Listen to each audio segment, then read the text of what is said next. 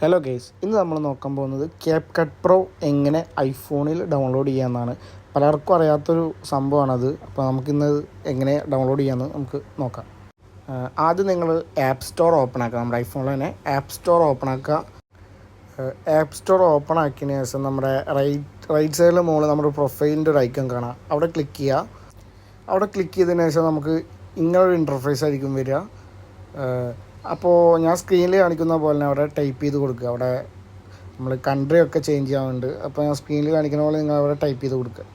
നമ്മളതിൽ country ഓസ്ട്രേലിയയാണ് select ചെയ്യേണ്ടത്. Australia select ചെയ്തതിന് ശേഷം കണ്ടിന്യൂ കൊടുക്കുക.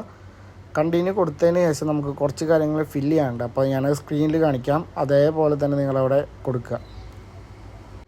ഇതേപോലെ കൊടുത്തതിന് ശേഷം നമ്മൾ എന്ത് ചെയ്യണം, മുകളിൽ ഡൺ ഓപ്ഷൻ ഉണ്ടാവും, അത് ക്ലിക്ക് ചെയ്യുക.